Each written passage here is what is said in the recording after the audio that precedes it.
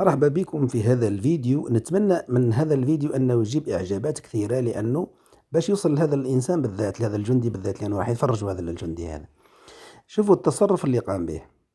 يعني لما سقطت الراية، شوف كيفاش راح هزها، يعني سقطت من أحد المواطنين اللي كانوا فيها على الجسر. يعني باش ما يدوسوش عليها اللي بعده، وقف الاستعراض مع أنه استعراض رسمي، وراح جاب الراية الوطنية وكملوا المسيرة نتاعهم، كملوا الاستعراض تاعهم. شوفوا هنا ما شاء الله، يعني تصرف يعني جميل جدا. ونتمنى من انه يعني تعطوا له لايكات بزاف باش يوصل، باش يشوفوا هذا الجندي بعد كي كمل الاستعراض، اكيد راح يشوفوا. وما تنسوش الاشتراك في القناة وتفعيل الجرس باش يوصلكم من عندنا كل جديد. وزيدوا شوفوا هذا ثاني الجندي اللي بعده كيفاش قاعد يحيي في الشعب الجزائري. شوف الجنود كيفاش يحيوا في الشعب اللي كانوا في الجسر.